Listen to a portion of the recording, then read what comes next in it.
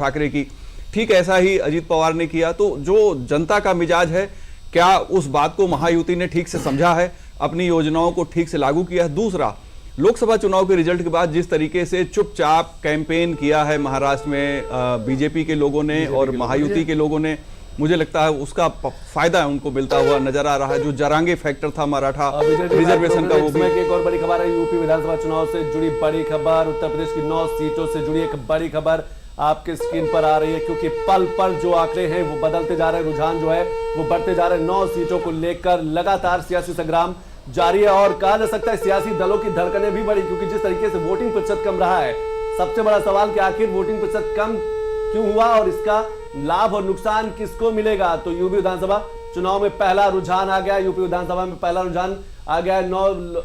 फूलपुर से भारतीय जनता पार्टी आगे चल रही, पिछली बार भी फूलपुर से बीजेपी के प्रत्याशी रहे और इस बार भी बीजेपी फूलपुर से आगे चल रही है। अखंड जी किस तरीके से देख पा रहे हैं? फूलपुर वैसे भी कहा जा सकता है बीजेपी का बड़ा जनाधार वाला जो एरिया है, सीट है।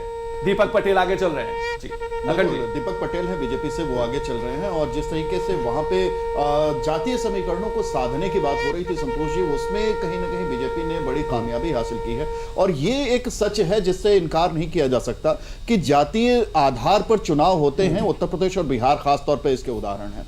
और ऐसे में जब फूलपुर की बात होगी तो वहां पे जो जातीय समीकरण है उनकी तरफ नजर डालना बेहद जरूरी हो जाएगा। मुस्लिम वोट बैंक को अगर हम केंद्र में रख के बात करते हैं तो हमें यह भी देखना होगा कि मुस्लिम एक्स फैक्टर हो सकते हैं, लेकिन बड़ा वोट बैंक जो है वहां पे वो कुर्मी वोट बैंक है, ओबीसी वोट बैंक है। तो ऐसे में ओबीसी वोट बैंक का किस तरीके की तरफ किस तरफ रुझान है, किस तरफ उसका झुकाव है, यह समझना बेहद जरूरी हो जाता है। और यह चीज साधने में कहीं ना कहीं बीजेपी बहुत कामयाब होती हुई दिखाई दे रही थी चुनावों के दरमियान भी।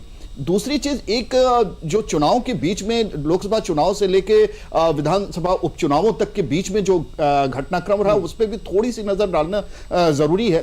इस पूरे घटनाक्रम के बीच में जिस तरीके से योगी सरकार ने 30 मंत्रियों की एक जंबो टीम लगाई थी, अलग अलग जिलों में अलग अलग जिलों का प्रभार देके इन 10 सीटों में, उनमें मिल्कीपुर भी शामिल था अयोध्या में, हालांकि वहां चुनाव नहीं हो रहा, लेकिन वहां पे जिस तरीके से जंबो टीम लगाई गई थी, कहीं कहीं 3 से 5 मंत्री तक लगाए गए थे, ये फूलपुर उसका नतीजा भी कहा जा सकता है। और सबसे बड़ी चीज ये थी संतोष जी कि इसमें पिछले कुछ समय की बात अगर कर लें, यानी लोकसभा चुनावों के नतीजों के बाद और इनकी घोषणा के पहले, उपचुनाव की घोषणा के पहले, ये जो वक्फा था, ये जो समय था, इसके बीच में लगभग 5000 करोड़ से ज्यादा की परियोजनाओं का शिलान्यास या लोकार्पण किया गया। यह भी बताता है कि वहां पे विकास भी एक मुद्दा था जमीनी स्तर पर। जो रोकना चाहूंगी, समय एक और बड़ी खबर आ रही है। बड़ी खबर यह है कि झारखंड विधानसभा चुनाव में 35 सीटों के रुझान जो है वो आगे एनडीए झारखंड रुझानों में भी 25 सीटों पर आगे चली है। बड़े मुद्दे वहां पर चले, लग रहा है कि धन परिवर्तन का मुद्दा,